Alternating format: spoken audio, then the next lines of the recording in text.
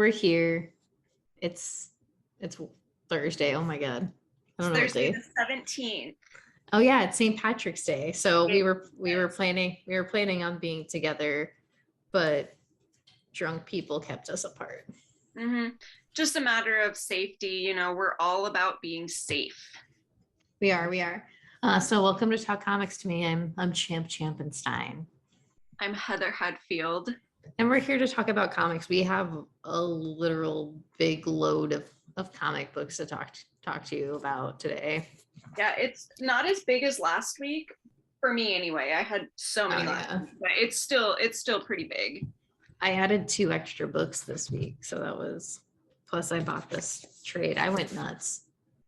Yeah, and see, I feel like this isn't my whole stack. That's why I was like, how did you get more, you know? Because I feel like I had more, but I just can't picture.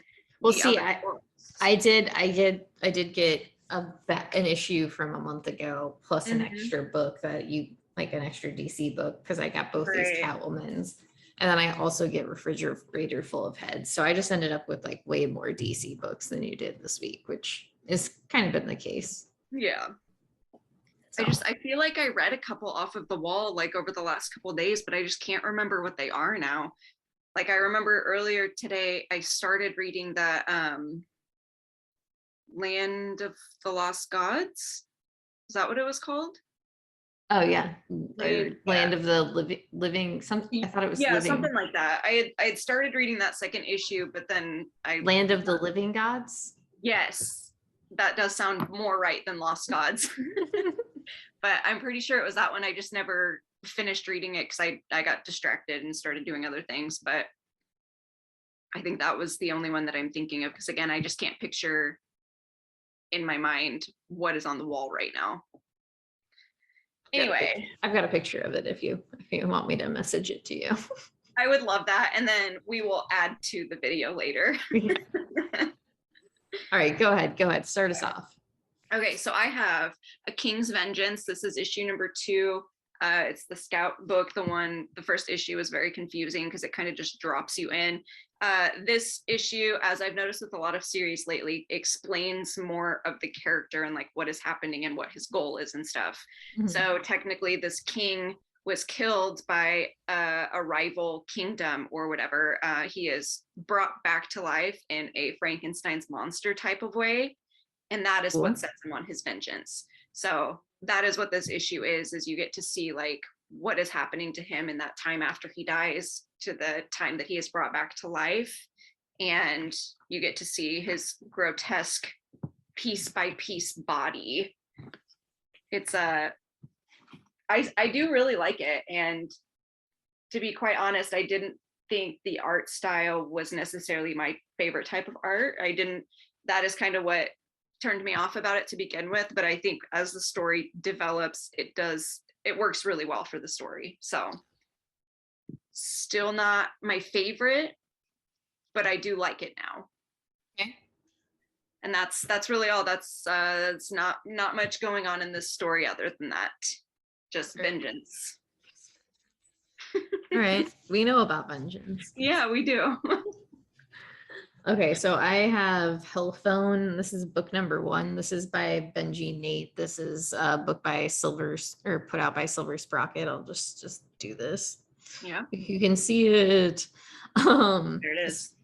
This book smells great. There's something about Silver Sprocket books that like, I don't know what they do to those books, but they smell beautiful. I wish Heather was here to smell this. I did get to smell it. I did smell it. You made me. And it did smell really good, but I wish that I was there too to smell it again because I can't remember what it smells like. It smells like just gloriousness. But the book was a lot of fun. It didn't just smell great. It was a really like silly book just about a couple of girls who encounter a flip phone that is giving them directions to some mysterious stuff, and they encounter some like cultish, ghostish sort of things. So I don't know, it's a little mystery wrapped up in like all of that, which I really like. And it's just like, it's just really, cutesy-ish. It kind of reminds me of Over the Garden Wall. I guess, yeah, I could see that. I think the facial expressions in the eyes remind me a lot of that. It's very cute. I like that. Yeah, I just really like the colors a lot too, and just like the characters are really like fun and interesting. But yeah, I would suggest it. Like, I'll definitely get the second one just because I want to know what happens, and I know it's only $14.99. It's a fairly like thick book and doesn't take too much time to read. Right. No, that's good. That's awesome. I'm kind of shocked I didn't get it. Yeah, it seemed weird, but it is what it is. We it both is. have been making like strange choices, I think, in books the last few weeks. All right, are you ready? Yes, I am ready. Okay, so this is Rad Wraith. This is issue number 1. This is a Black Caravan book. And just about a boy who gets real fucked up in a cemetery skate ramp. A half pipe. It's a cursed half pipe that is known to kill anyone who rides it. So yeah, and he returns and he's possessed by a wraith who's gonna murder. He's out for vengeance, if you will. It's a Rad Wraith, if you will. It's a rat. Oh, I didn't even see that it did that. Yeah. I was even just looking at the back and I didn't notice that. Yeah. That's really cool. It's a fun book. It does take some liberties, I think, that it shouldn't, but I don't know. Do we say the line?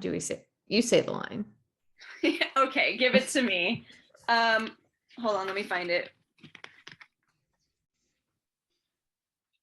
Okay. A cemetery it was, but unfortunately for them, this cemetery was built, dun dun dun, on an ancient Indian skate park.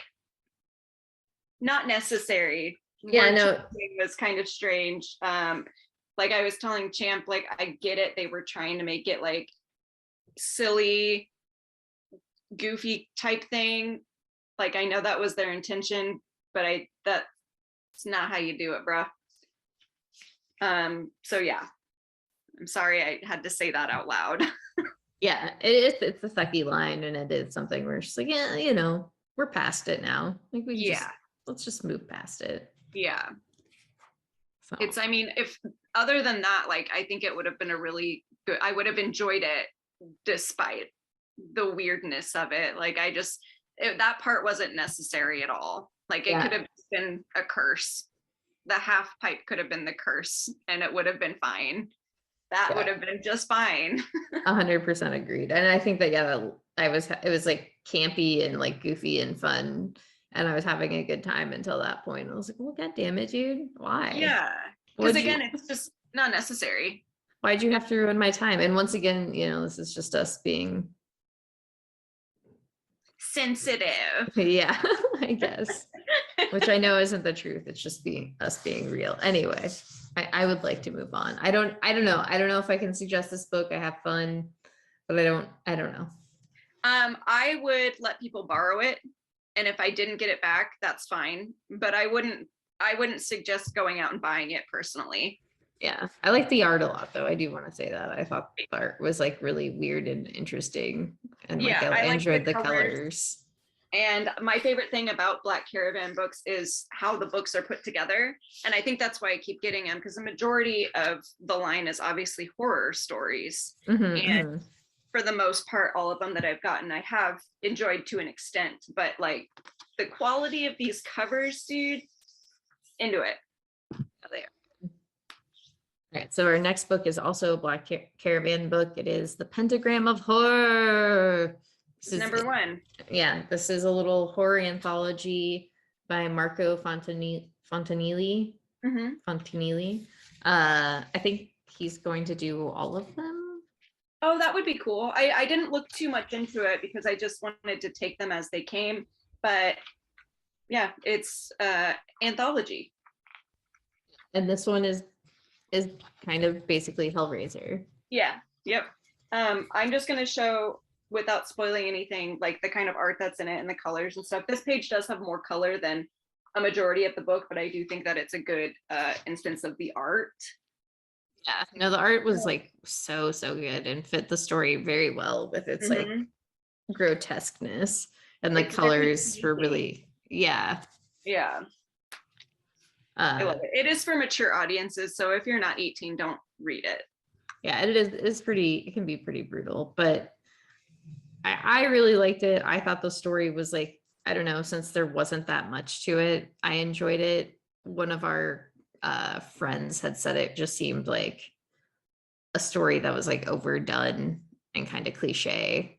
Which is fair. Yeah, and that's, I was like, yeah, no, that's I think that's exactly what I said. Or it's just like, I can respect that, like, because I can't, like, you know, comparing it to Hellraiser is basically saying that. And I think horror itself does like a lot of times just kind of cliche and niche itself anyway. So it's not like out of the realm of horror to like retell stories in different like ways. And I think this story was told in an interesting way that like I like the art, and maybe it was cliche, but I think everything about it like was driven enough that I enjoyed it.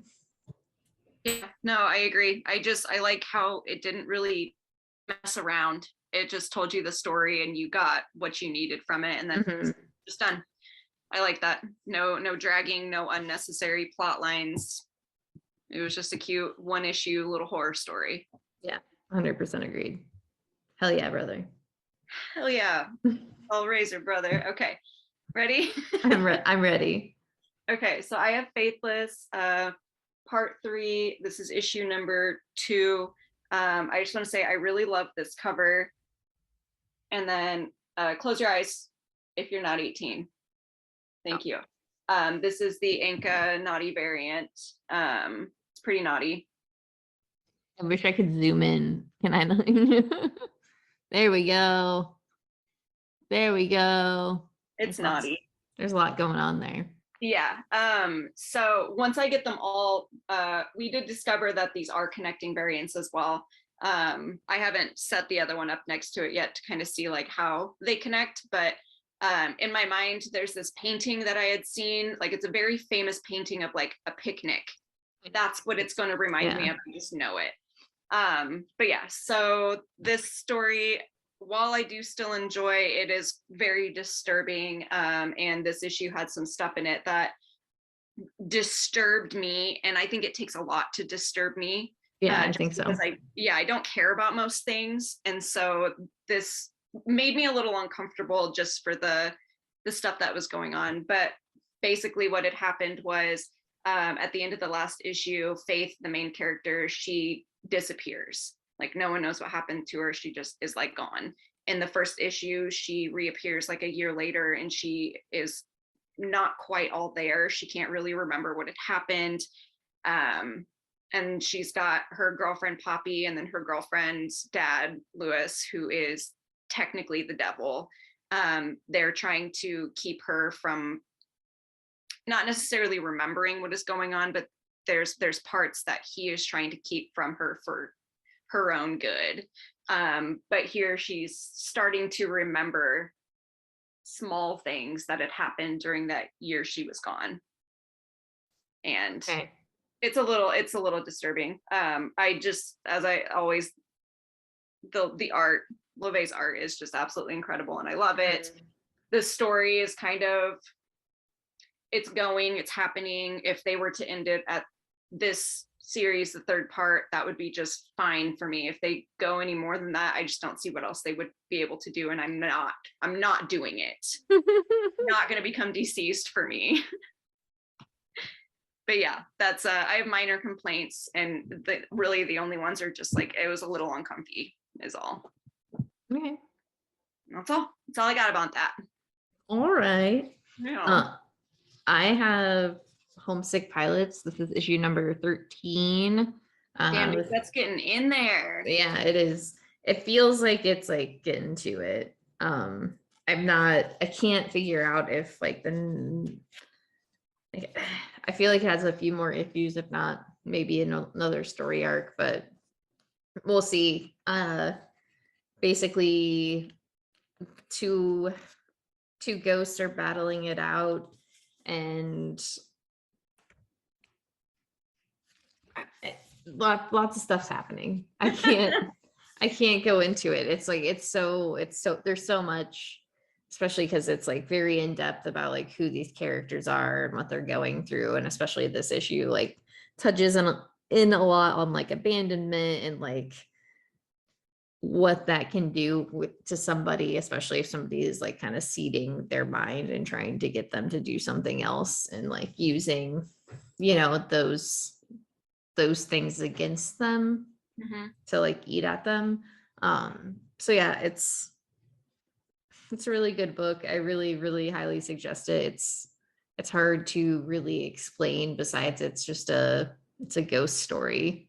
It's about like what haunts us and like our friendships and relationships and all of those things. Very good. Are you still enjoying it? Yeah, no, I really, really like it. It's like it came in like a wave where like after the first, I think it was like what the first 6 issues is the first story arc, where that 6th issue ends, and it like, and you finally get the mech house, and I was just like, I don't fucking know.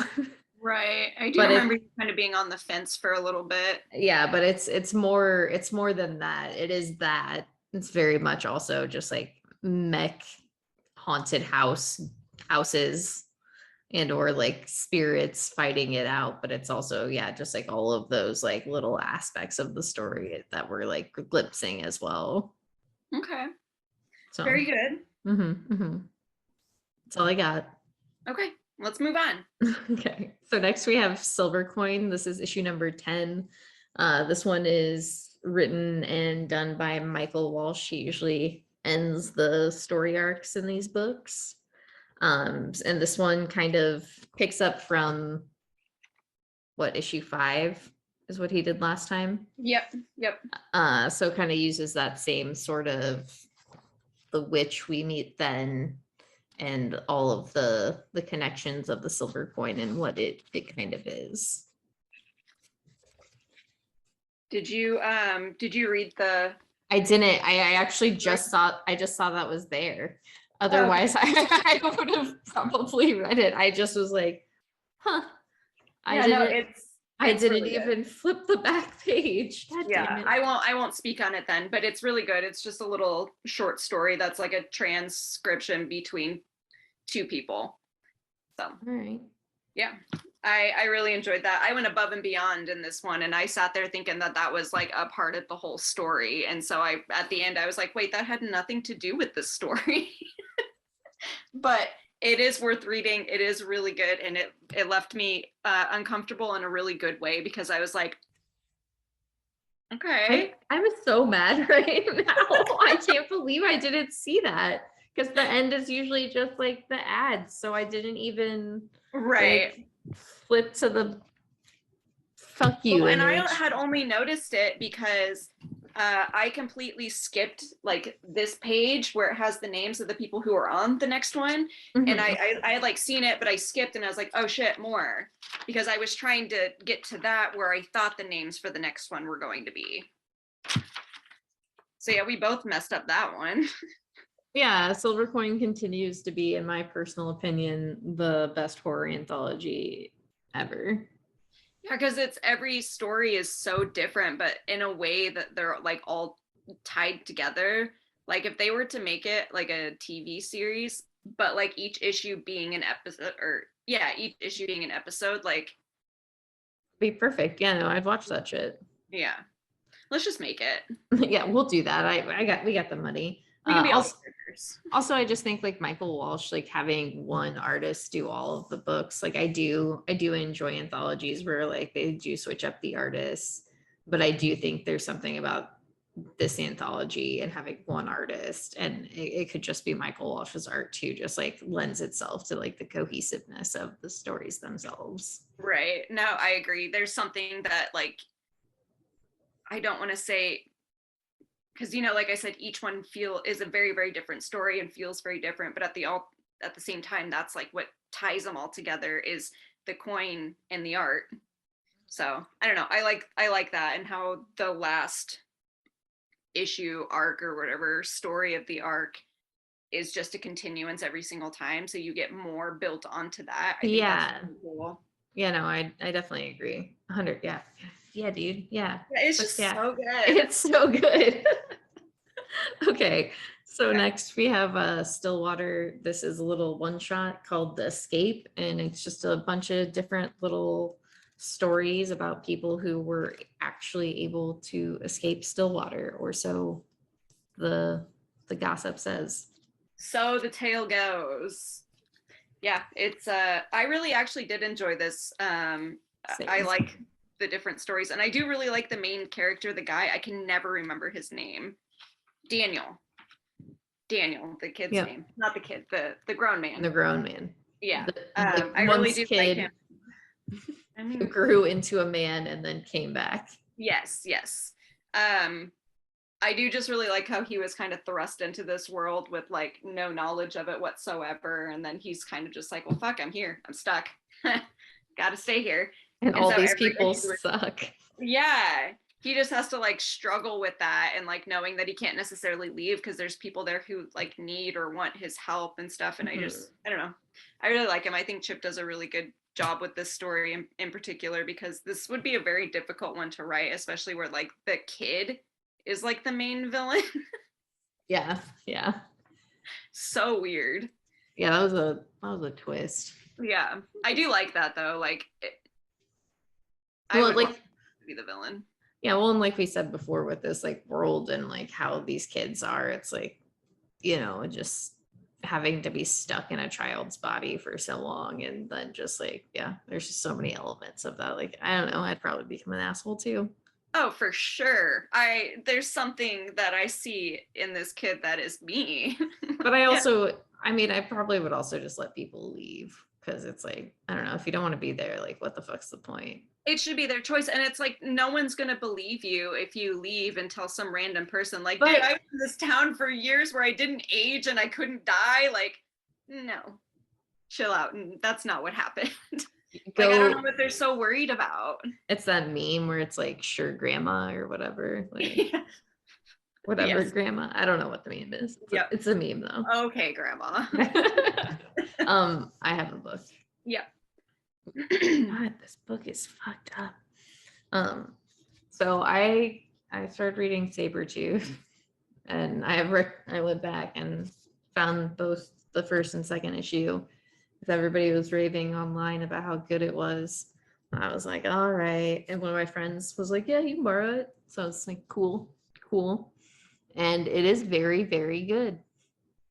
Eggs on my face on this one. My face. Well, it's true this time. It's true. I know. It felt really foolish when I read the first two issues and like really, really liked it. Just like, God damn it. So I was talking to Chris about it beforehand, because I was just like, yeah, no, like every reviewer I really respect opinions from has been like, yeah, it's so good. It's great. Like, I love it. It's probably my favorite X book. And it's just like, I don't know. And so I was like, I need to read it. And they weren't wrong. Right. I should have read it that day that it came out, because I was flipping through it, but the reason why I didn't was because I was like, I'm just gonna kill Nightcrawler like that. I had no context. I just saw him, and so I was like, no, not gonna do it. But then every single person has been like, well, just read it. It's not real. I won't ruin any of it for you. We'll wait till you are able to read it, and I'll put it on my profile and we'll be able to like talk about it. But I just like it, for me, it hits on a lot of things that like I truly believe in, and like what I'm going to be doing in my future. So I really enjoyed that. And I think it really does touch on like the hypocrisy of just this utopia and this idea of like no prisons, yet putting somebody into like basically like a solitary confinement. Under the pretense of like being exiled. Yeah. So it's just, it does a really good job of that. And I highly suggest it. I think it's really, really good. It's Victor Lavelle or Laval. I'm sorry, I'm probably just like fucking that shit up. But he also did Eve, that book about the young girl named Eve who saved the world. And I really liked it. I think the art is really good, and I like the art fits like the tone of what like Krakoa is like across the X books, and like so do the colors. So I don't know, it's just a really solid book. I'm really excited to see where it goes, and it feels weird to like feel sympathetic towards Sabertooth, but then it's like also what abolition is all about, is like forgiving even the, in your opinion, shittiest people. Right. I mean, it's all about like giving people the chance to fix themselves and giving them the tools to repair what has been done. Yeah, exactly. Yeah. Before we go on, I need you to see how my cat is sleeping right now. Do you see him? Face down. Yeah, his nose is pressed into the blanket. Bellamy. Is your cat dead? I don't know. Let me check. Bellamy? No, he's alive. Okay. Good. Wait, you should move your, there we go. Okay. Okay. I don't need to see your table. Hold on. Wait, can you see me here? Mm-hmm, mm-hmm. Okay. There we go. You should record like that, yeah. Just like. So my next book. Let me talk about this next one. Brayden has a Sopranos calendar. I wish you could see it better. Whoa. Dang it. It looks like you're taking a selfie. I'm an old woman. God damn it. Hold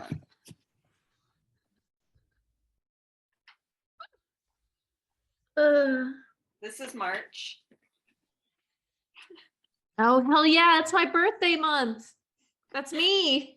You want to see what January was for mine? It was my favorite one. I was very pleased. Yeah, the whole gang. Yep. The gang's I was all very there. excited about this, and I have to keep changing the month for him. It's like a current calendar. Yeah. Right before Christmas, we went Christmas shopping at the mall, and that toys and calendar store or whatever. He was like, all right, we're gonna get wild. We're each gonna pick our own calendar. Because they were all discounted because no one buys calendars anymore. And makes sense. Yeah, he was like, we walked around for a little bit, and he comes out of nowhere with just like the most gleeful smile I've ever seen. And I was like, what'd you find? And he said, Sopranos. Like, that too. It was so good. Okay, so next, wait, you don't have this book. Right, okay, that's what I thought. You don't have this. I read it. This is the X Lives of Wolverine. This is issue number 5. We didn't get any of our A copies besides this one that is just really messed up. I really don't know if I did this or not. Marvel really fucked us on this one. It was them very specifically. Yeah, they said we don't need these books. But this is issue number 5. This is coming to the conclusion of this whole X Lives and X Devs situation. Mm-hmm. This is the one. My God. This is the one where lives and death merge. Yes. Like the actual series do. And in the next deaths, you'll see how exactly deaths got to that point, which I'm very excited about because I've been waiting this whole time. I'm like, I know they're connected. They're very clearly connected. Things are happening in each of them that makes sense. But I like that whole. Yeah. Yeah. I mean, I did and I didn't. I think it could have like just been kind of like a issue by issue series and right. Been fine. I have a lot of like mixed feelings on this series. Like I enjoy it and I don't enjoy it. Like I think we just talked about this last week too. It's just like I don't know. There's something that's very like meh line for it. On it for myself. Yeah, I did decide though that they should have just done one or another. Like if they chose to do lives, they didn't need to do deaths, and I just don't feel like it was necessary to have both of them, you know? Like I Mhm. do get why there is both of them for the sake of the story, but I would have just been fine reading lives. Like I think that story alone was really good, and same with deaths, I did like them both, but like both of them together like that, it was too much and it wasn't necessary, and they very well could have concluded it after 3 issues each. It was just dragged out for no reason. I mean, there is a reason obviously, but it just felt, again, Yeah. unnecessary. Yeah, no, 100%. I guess it's like you get the point within like the first issue. You're like, yes, Yes. this is what you're doing. You're traveling through time in your brain, like, and I think you kind of see what like you kind of see this gonna like what happens in this issue like happening, where you're just like, okay, he's got that potential to get lost. Yes. Yeah, So. he gets real lost. Jean can't bring him back. She's like, Wolfie, come back. Oh. Okay. All right. All so right. so next we have Eternals, the Heretic. This is all about Uranos. Yeah, I loved that. Someone asked me today what this was about. They were like, what is this? And I was like, it's about Thanos' grandpappy Uranos. I thought it was really funny explaining it that way, whatever. Yeah, I know that's what it's about. Like Thanos Yeah. is like, bro, tell me about your life. Otherwise, this like very sneaky son of a bitch is gonna tell me about you. And Mm-hmm. who would you rather do it? And so his granduncle dad Mm-hmm. Grandpappy uncle. decides to give him the lowdown on his life. I was wondering who colored this because I was like looking through it and I was like, these colors look familiar. It's Chris O'Halloran. Yeah, I loved the art in this one. Like I know for the most part the art is like the same throughout Eternals, but with the colors it was so soothing. Like Yeah. where the story takes place, you can just tell, you get that feeling for it, and I really like that. I really like how the one shots, the art is done by different people. Yeah. And like I think that really like lends itself to like them kind of being like the side stories that they are. Like even though they very much fold into the story of like Right. the story arc, I guess. Like they're very much a part of that. They still are really easy to like see why, like, okay, this is completely different. This is just like a story of like that's happening. Right. No, I really like that too. Like in a lot of books when they do that sort of thing, like when the art changes just a little, or like the colors change to give you the feeling that like this takes place in a different time in a different place. I really like that. Like Strange Adventures did. Like Yeah. I was the gonna say, art, like Department of Truth when they do those little single shots. Yeah. Yeah. I did also want to make this joke. You want to know who that issue was about for real though? Me. I'm the heretic. How long have you been thinking about this? For like 2 days now. I've been waiting on that one. I'm an Eternal. Okay, I'm done with jokes now. Let's get back to stories. It's just like weird though, because it's like he's the heretic, but he's also the undying. And when you scan this issue in, it says the undying. And I was like, oh. Oh, does it really? Yeah, it's annoying. I didn't realize that. Well, you know, I will never die, so this all adds up. Okay, so next we have Batman. This is Detective Comics. This is issue 1057. The tower is coming down. It's fallen. Batman's there to try and pick it back up. And that's really it. That's it. And then the The House of Gotham is on chapter 11. It's gonna be concluded just Batman getting stuck in the sewers. He's got to take off all his clothes, hold them above his head so he can get the shit water's coming. Yeah, he's got to get the thunder gun. Look, I love that we're on the same page. But we also get Red Hood and Nightwing in that story too. Oh, and Robin. I forgot about that. Yeah, they're all on their way to Thunder Gun. No you man gets all the boys. No man gets left behind, but Not several single one. But several men get left behind. That issue, or that little part of the House of Gotham, is literally just the episode of Always Sunny where they. Yeah. It did not register to me until you said that, and that's why I had to flip through, because I was like, no fucking way. Really good. Your Sunny references are on point and out of control. Thank you. Oh yeah. And I just came up with that one on the fly. I know, that was really good. I could tell that there wasn't too much, like this one took me days and you could tell you had to ask. That one just right out of pocket, you got it. Okay.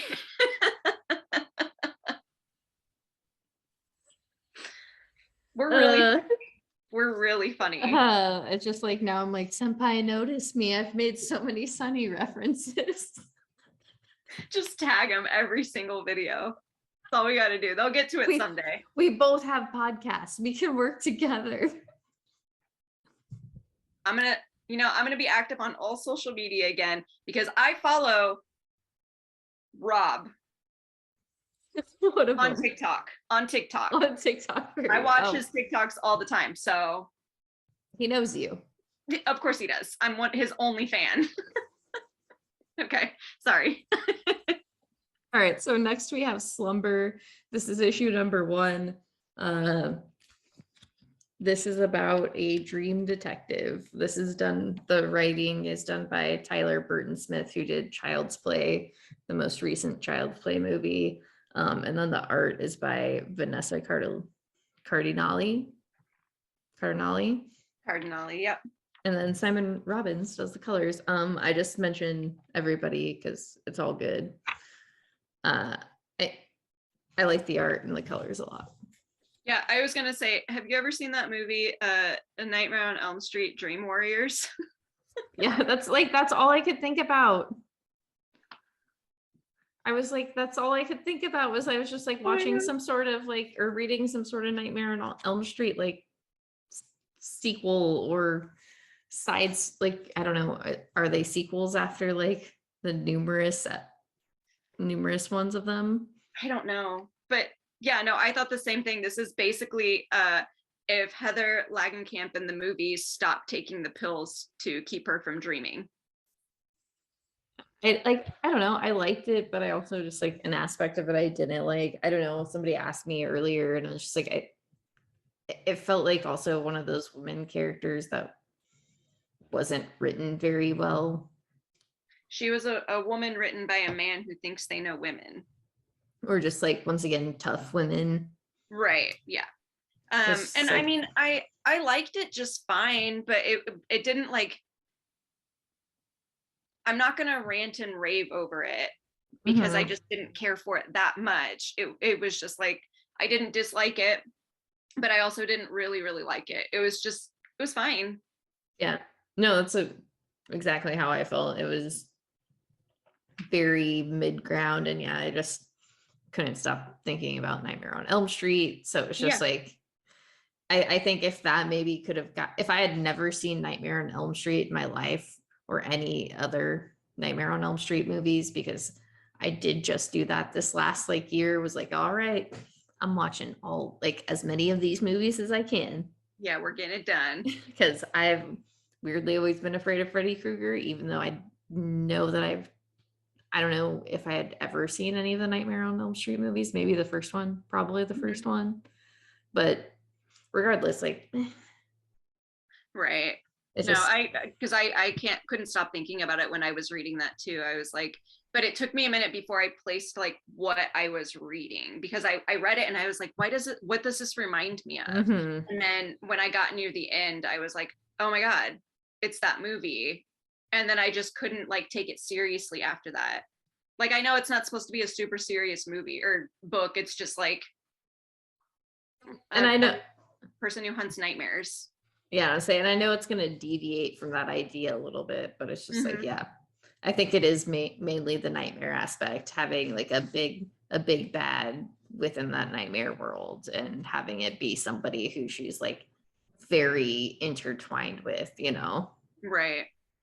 So basically it is a mix between Nightmare on Elm Street, Dream Warriors, and Eternal Sunshine of the Spotless Mind. That's actually really good. That's a really good description. Yeah. Just so if you like either of those movies and you think that you would like a combination of them, then I would recommend it. Yeah. All right. I guess I'm ready. Okay. I guess. This is the night. The Batman, the night. The Batman night. The Batman, the night. There's only one the. Batman, the night. The night. Oh yeah. Yeah. He's this is number 3.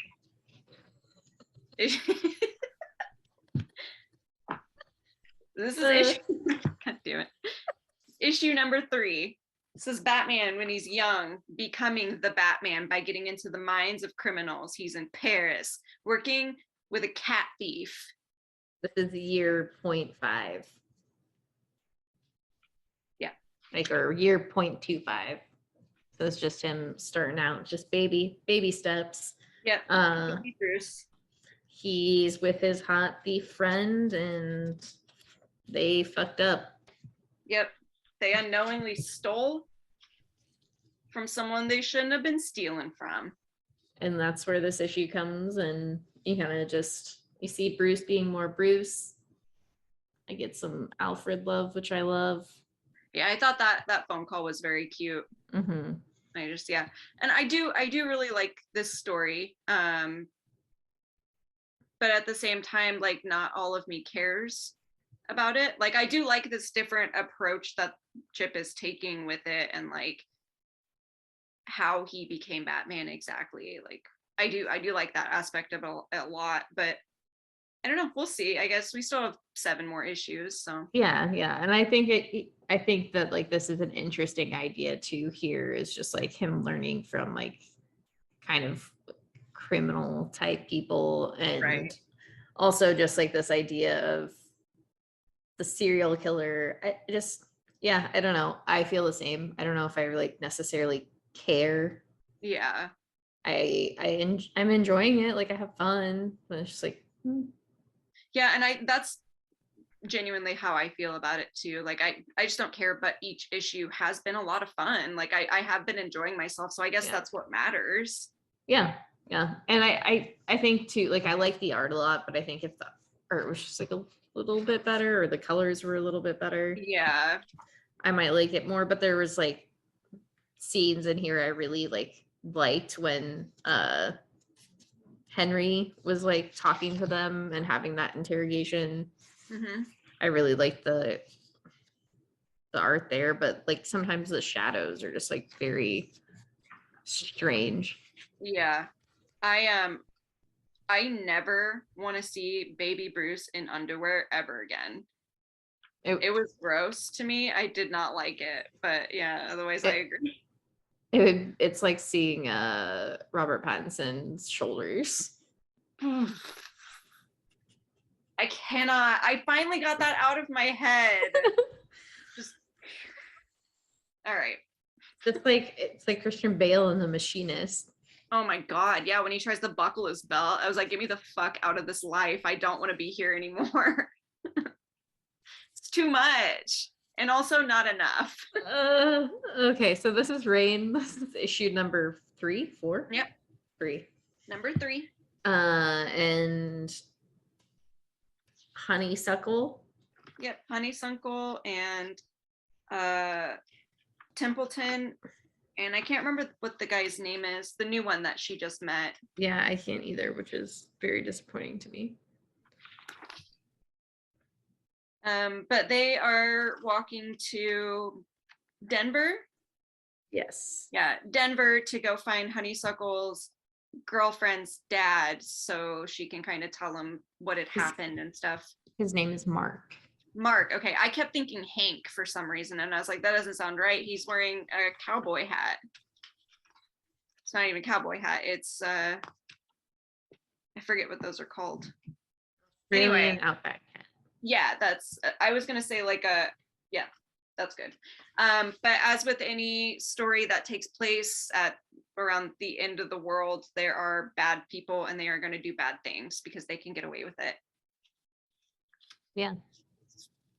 continues to be incredible. I absolutely love the art for it, and it really does a good job of like making you feel the same feelings that Honeysuckle especially is feeling. And I think it is because of the narration, and I don't know, her whole narration about grief is just was really good. Yeah, really relatable. Mhm.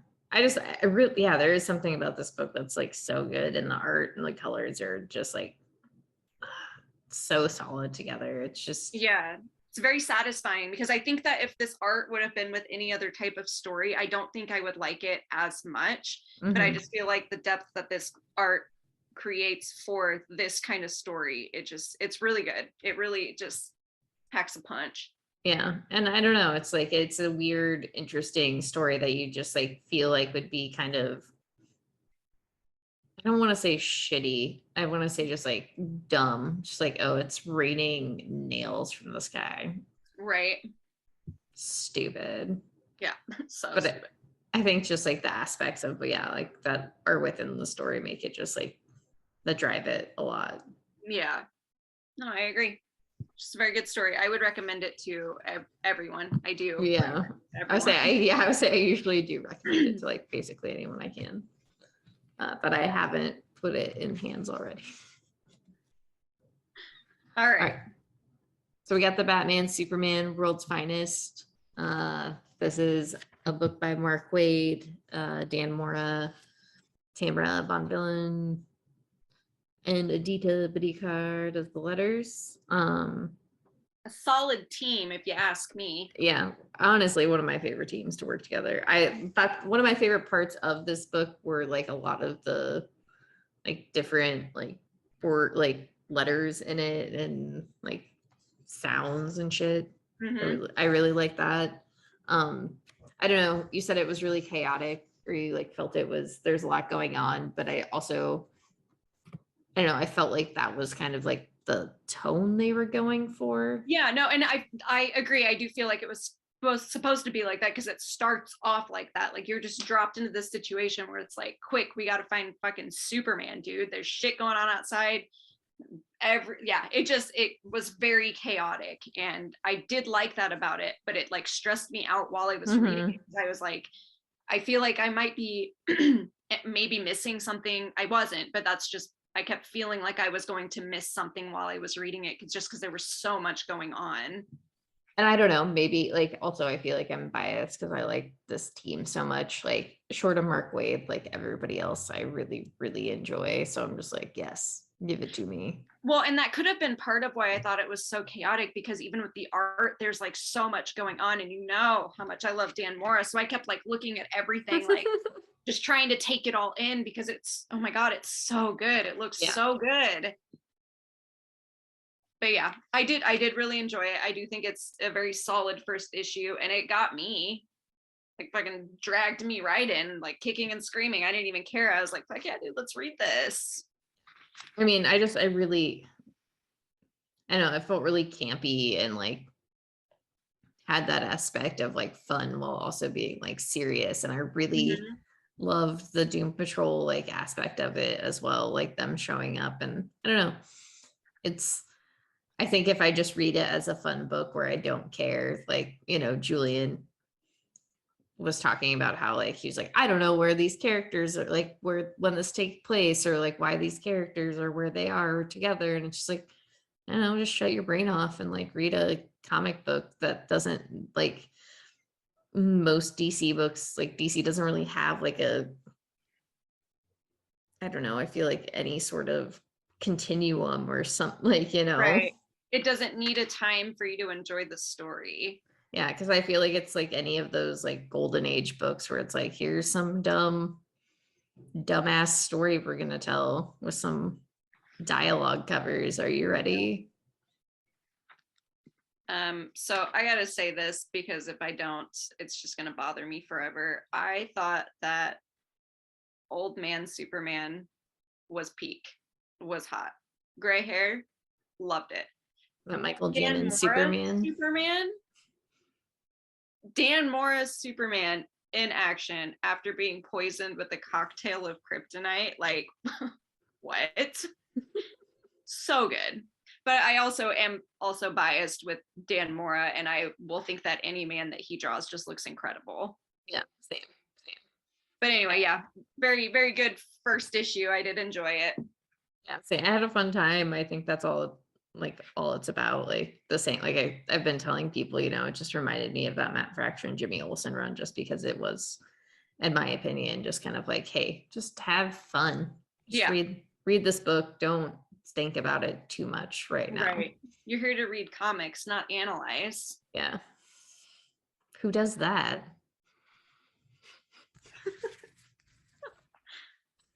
All right, so next, this is What's the Furthest Place from Here. This is issue number 5. I think there's one more issue until the story arc is done, or is there Okay. 2? I feel like it was 6 based off of the map that I had seen. Okay, wait, it's on the back That's page. in the back up here, right? Yeah, it's 6. Yeah. And it is gonna have another story arc. I did look into that because the first trade says first story arc. So, I still end of the apocalypse, still at the circus, trying to, make deals. That's it. Yeah. Fighting, trying to survive, yeah, trying to hide secrets, failing. Yeah, like I said to you, it's good. I really like it. I do just wish I had more information. It's like I know what's going on, but I would like some a little bit of background, just like a small amount. Yeah, because I want to know, like, based off of what I got so far from the story, obviously the adults were killed and the kids were all left to fend for themselves. So they never knew what happens when you get old. They just don't know. And then also one of them got Sid pregnant without realizing that that's what they were doing. Just based off of that conversation that was had in here. Yeah. With Prufrock and Sid. So it genuinely just seems like they have no idea what they're doing. They just know that there's gangs, there's groups of kids all fighting each other for land so that they can survive and food and all that kind of stuff, which I mean, if you grow up without parents and you're fending for yourselves from however old you are until whenever, that makes sense. But I would also like a little bit of background because I want to know what the fuck happened. Where did everyone go? Why are they in this situation? Yeah. And I just think it is very curious because, they've been at this for at least one generation. Yeah. They don't know what VHSs are. It's a weird, I don't know. It's weird. I really like it. Yeah, I just want a little more. Yeah, and maybe that's what the next story arc will be, is this is what happened before. Which I think that would be really cool. You connect with this group of kids that are in this story arc, and then the next one would explain or start to explain, maybe. I don't know. But I do really enjoy it too. I do. I want more. Give me more. Hi, Chris. Heather says hi. Also, here's an introduction to the new puppy on the team. I just thought that was very cute. Olive. Yeah. 8-week-old Burmese mountain dog. Just wanted to show everyone. Okay. Yeah, I mean, I would suggest this book to people. Because I really like Matthew Rosenberg and Tyler Boss books. I think they make a really good team, and I know the book will end very well. And just, I think it's my anxiety for wanting something else. I think I'm just being overzealous about it. Mm-hmm. You're being too greedy. I am. I'm being way too greedy. That makes sense. I get it though. Just give me more. God damn it! I didn't get the record, so at least give me more of the story. Just give me an extra 2 issues or something. I'm gonna go to furthestplace.com because it says you can shop for the vinyls on there. I think it's lying to me. Well, that's what I'm gonna go see. I'm gonna check it out, see if anything is available, and If it is, I'm just going to order as much as I fucking can. Obviously, it's not going to be the first printings because those aren't available anywhere. And the second printings aren't yet either. Right. That we know of.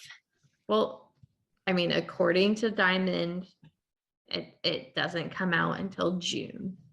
I mean, we could have already gotten them and they were taken. Somebody stole the records from us. Would not be surprised. All right. That's all we have for complaining about that now. I just want my music, dude. You promised me music with this comic book and then you didn't give me the music. You're not giving us background. You're not giving us dogs. You're not giving us music. I'm an old woman. I need this stuff to live. Good. But that's all I got. That's all I got. That's all I got. No more comic book talks. We read so many comics. I feel like these last few weeks I'm reaching my limit. I've been reading so much every single week, and it's to the point where I like can't remember what I'm reading if I'm not reading comics. The problem. I haven't read an actual book in like 2 months now because I just can't do it. Which is fair. That's fair. I don't need to push myself like I keep doing, but I don't have energy to do anything else with my eyes. Yeah, no, I get it. I've been reading nonstop for so long now, like with comics on top of regular school stuff. And yeah, I feel like my pile keeps growing and then I slim it down and then I'm like, but what if we got more? And then, you know, like all of the comics I'm reading, I enjoy. So it's not like I'm doing something that I don't like. It just can be like oddly time consuming sometimes. Right. I mean, we're getting like 14 to 20 comics every single week, which we have like 2 days to read them, which is a fair amount of time, but it's just a lot. Yeah, I would say it's a fair amount of time, but it's also just like, okay, this is a time you still have to like do it. Yeah. But I guess we don't have to. We make we make our own choices here. That's the real kicker. I do enjoy it. I enjoy doing that. So I'm really just complaining for no reason right now. Letting you know we're reading a lot. So yeah, if you ever want to ask us what comics we're enjoying, go ahead. We won't remember what books we're reading anyway. Yeah, anytime anyone asks me for recommendations or like what I've been reading lately, I'm like, hold on, let me pull up my inventory so I can look, because for some reason I can't think of a single title ever except for Once and Future. Like that's always the one where I'm like, well, I'm reading Once and Future, as if no one knows that. Yeah, I feel like I have like a selection of books that I like just choose from, and then I'm like, I've just been talking about these same books for like a period of time. Now I gotta switch it up because I mean, it's like books I really like Department of Truth or Silver Coin or like Wind, like, you know, just a lot of those books, but it's just like still like, bro, come on.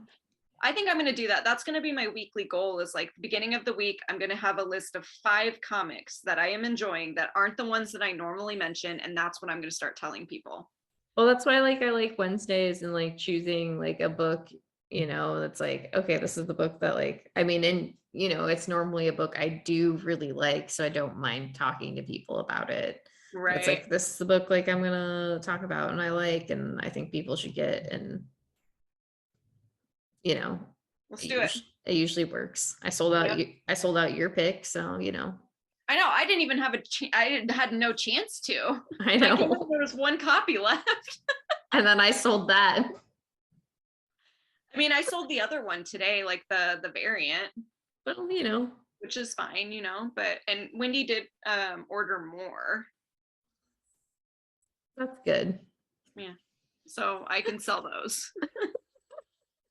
Okay, anyway. All right. That's all we have. We're to stop talking about our jobs and like selling comic books. But with that being said, you should definitely support your local comic book shop. And, you know, you don't have to ever take a suggestion from your like staff at your local shop. They just kind of like, you know, tell you what they love. And if they don't, they fucking suck. And you should be going to another comic book shop. But yes, support your local comic book shops, support your friends. Support your local libraries, take care of one another, Heather. Make good choices. Be safe, especially on days like today when there's a lot of, stupid people who drink and drive and all that kind of stuff. Just do things that would make your future self proud. I like that. That's all I got. All right. So thank you for joining us. As always, we appreciate you listening if you took the time. And I know I've told a lot of people recently to start listening to us. So if you did, I'm sorry. You're with us now. Deal with this now. Yeah. And if you don't want to, that's also fine. I appreciate and respect anything that you do. We will see you on the flippity flip.